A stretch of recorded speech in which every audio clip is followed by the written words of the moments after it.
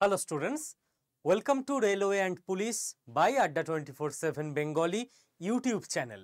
আমি তোমাদের সঙ্গে রয়েছি শুভদীপ স্যার। কলকাতা পুলিশ কনস্টেবলের যারা ফর্ম ফিল আপ করেছো তাদের প্রিপারেশন স্ট্র্যাটেজি কি হওয়া উচিত এটা নিয়ে অনেকে অনেক সময় ক্লাসে জিজ্ঞেস করো। এখন বেশি কিছু স্ট্র্যাটেজির দিকে আমি কখনো যেতে বলি না ছেলে মেয়েদের। মেন স্ট্র্যাটেজি হলো তোমার যে সিলেবাস সেটাকে পড়তে হবে বাবা, তাই না? এটা ওটা স্ট্র্যাটেজি, তুমি কি স্ট্র্যাটেজি বানাবে? তুমি কি মানে বিশ্বমঞ্চে কোনো বিশাল বড় ইউএনএ ডক্টর জয়শঙ্করের মতো কিছু একটা পলিসি প্ল্যান স্ট্র্যাটেজি বানিয়ে কোনো দেশের সঙ্গে সম্পর্ক করতে যাচ্ছ, না অজিত ডোভাল স্যারের মতো মারাত্মক স্ট্র্যাটেজি বানিয়ে পাকিস্তান চায়নাকে আটকাতে যাচ্ছ? তো এইসব শুনতে প্রচুর ভাল লাগে। স্ট্র্যাটেজি, অত স্ট্র্যাটেজিতে যেতে হবে না, পড়াশোনা করো, অটোমেটিক পাস করবে, রাইট? মাধ্যমিকে তুমি স্ট্র্যাটেজি বানিয়েছিলে? বানাওনি তো। পড়াশোনা যে ভালো করেছো সে ভালো নাম্বার পেয়েছে, যে খারাপ করেছে খারাপ নাম্বার পেয়েছে। অলমোস্ট 90% ওটাই, 10% কিছু স্ট্র্যাটেজি থাকে, পরিষ্কার কথা। বাট ওই বাড়িয়ে চড়িয়ে 90% স্ট্র্যাটেজি 10% পড়াশোনা ভুল জিনিস, ভুল অ্যাপ্রোচ। ওই করে কেউ পাস করে না। দেখো, প্রথম কথা তোমার সিলেবাস বুঝতে হবে। তোমাকে প্রিলিতে এটা দেবে 100 নাম্বারে, অর্থাৎ ইংলিশ নেই, জিকে ম্যাথ জিআই। আর মেন্সে এটা দেবে 85 নাম্বারে, অর্থাৎ 25-25-25, ইংলিশ 10। এই হলো ব্যাপার। এই তোমার চারটে মেন সাবজেক্ট। সাবজেক্টের ওয়েটেজ বোঝো। যদি ওয়েটেজ দেখো তাহলে সব থেকে বেশি ওয়েটেজ এটার 40 আর 25, 65। মেন্সের জন্য পরে পড়বো এইটা যদি করে থাকো, এটা একটা ভুল স্ট্র্যাটেজি। ওকে, এখানে ওই স্ট্র্যাটেজির ব্যাপার আসে, সিদ্ধান্ত, ডিসিশন। আর যে ডিসিশন নেবে প্রিলিমিনারির জন্য একসঙ্গে পড়বো, ইটস আ কারেক্ট স্ট্র্যাটেজি। ম্যাথে দেখো 55, রিজনিংয়ে দেখো 55, ইংলিশ দেখো 10। এই হলো তোমার ওভারঅল ওয়েটেজ প্রিলিমিনারিস মিলিয়ে, রাইট? তো তোমাকে এই চারটে সাবজেক্ট পড়াশোনা করতে হবে। এবার শুধু এই চারটে সাবজেক্ট পড়ে নিলেই কি হবে? না, শুধু পড়ে নিলে হবে না। এবার যদি স্ট্র্যাটেজির কথা বলো, আমি বলে দিচ্ছি যেটুকু স্ট্র্যাটেজি দরকার, অল্প একটু, বাট আসলে পড়তে হবে। সেটা হচ্ছে তোমার বাবা লাইভ ক্লাস চাই।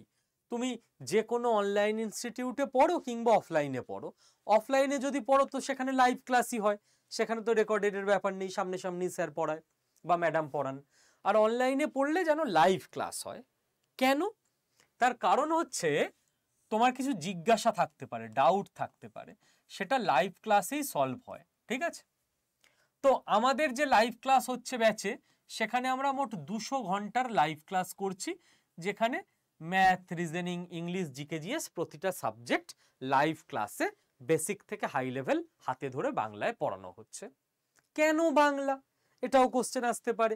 কারণ পরীক্ষার কোশ্চেন দুটো ল্যাঙ্গুয়েজেই হবে, বাংলা আর নেপালি, ইংলিশে হবে না।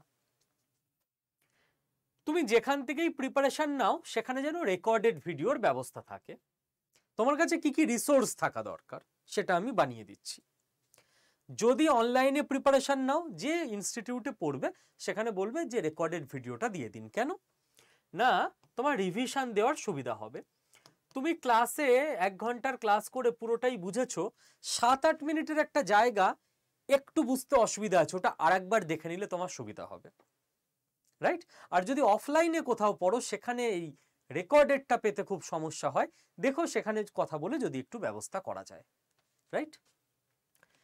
আমরাও প্রতিটা ক্লাসের রেকর্ডেড ভিডিও আমাদের অ্যাপে ছাত্রছাত্রীদের দিয়ে দিই। নেক্সট কথা হচ্ছে তোমার কাছে ক্লাস নোটসটা থাকা দরকার, কারণ যেখানে যে স্যার ম্যাডামের কাছেই তুমি পড়ো না কেন, তিনি যা পড়াচ্ছেন সেটা লেখা খুব জরুরি খাতায়। আমরা কি করতাম, কলেজে নোটস নিতাম রানিং, তাই না? তো এইটা খুব উপকারে আসবে তোমার, কি বলবো, লাস্ট মিনিট রিভিশনে। তোমার ওই ক্লাস নোটসই তোমায় বাঁচাবে। আমরা প্রতিটা ক্লাসের ক্লাস নোটস পিডিএফ আকারে দিয়ে দিই অ্যাপে ছাত্রছাত্রীদের। তুমি যেখানেই পড়ো না কেন সেখানে একটু রিকোয়েস্ট করবে যেন এই পদ্ধতিতে তারাও দিয়ে দেন। তোমার কাছে হার্ড কপি বই দরকার, ফোনে সব কিছু হয় না, একটা বই যেটাকে তুমি পাতা উল্টে পড়তে পারবে। ওকে, তুমি যে কোনো ভালো বই কলেজ স্ট্রিট থেকে বা ফ্লিপকার্ট থেকে কিনে নিতে পারো, কিংবা তুমি যে ইনস্টিটিউটে পড়ছো সেখানের যদি কোনো স্টাডি মেটেরিয়াল হার্ড কপি থাকে সেটা পড়ো, তাহলেই হবে। কারণ দেখো, কোনো ইনস্টিটিউটে স্টাডি মেটেরিয়ালে আকাশ পাতাল কিছু পার্থক্য থাকে না। আড্ডা 24/7 লিখবে হুমায়ুনের ছেলের নাম আকবর, আর অন্য XYZ ইনস্টিটিউট লিখবে হুমায়ুনের ছেলের নাম শাহজাহান, তা তো আর হয় না, সবাই একই লিখবে, কি আর পার্থক্য হবে। তো আমাদের ব্যাচে যারা ভর্তি হয় তাদের যেমন এটা হচ্ছে পড়া মুখস্থের জন্য, রাইট, মুখস্থ করার জন্য বই এবং অঙ্ক টঙ্ক প্র্যাকটিস করার জন্য। আমাদের যারা ব্যাচে ভর্তি হয় তাদের প্রত্যেকের বাড়িতে কুরিয়ারের মাধ্যমে কার্তুজ নামে যে বিখ্যাত বইটা আছে পুলিশের, সেই বইটা আমরা পাঠিয়ে দিই। তোমরা যারা ব্যাচে ভর্তি হয়েছো প্রত্যেকের বাড়িতে চলে গেছে, যারা ভর্তি হবে তাদের বাড়িতেও চলে যাবে। যে অন্য ইনস্টিটিউটে পড়ছো সেখান থেকে একটা বই নিয়ে নেবে। লাস্ট খুব ইম্পর্টেন্ট হচ্ছে মক টেস্ট। তুমি ক্লাস করলে, তুমি রিভিশন দিলে, তুমি খাতার নোটস পড়লে, তুমি বইয়ের নোটস পড়লে, বই থেকে অঙ্ক রিজনিং প্র্যাকটিস করলে, কিন্তু কতটা রেডি হলে সেটা নিজেকে যাচাই করবে কি করে? তার জন্য তোমার দরকার মক টেস্ট। অনলাইন অফলাইন যা ইচ্ছা, আমরা আমাদের ছেলে মেয়েদের অনলাইন মক টেস্ট দিয়ে দিই, কারণ আমরা অনলাইন ইনস্টিটিউট, আমাদের কোনো অফলাইন কিছু নেই।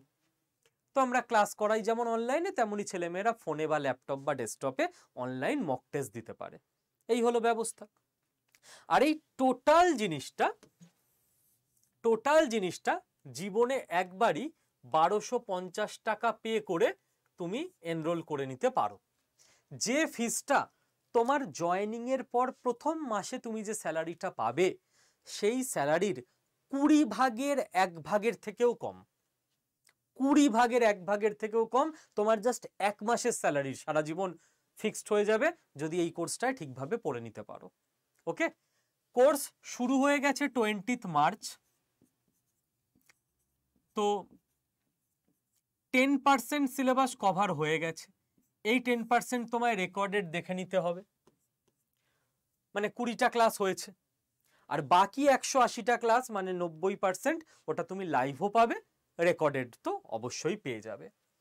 কোর্সে কি করে ভর্তি হবে? যদি ভর্তি হতে হয়, যদি অন্য ইনস্টিটিউটে পড়ো আর এখানে কোনো ভর্তি হতে হবে না, যে কোনো এক জায়গায় ভালো করে পড়লেই হলো, এই 5টা জিনিস যেন থাকে, ব্যাস, আর কিচ্ছু লাগবে না।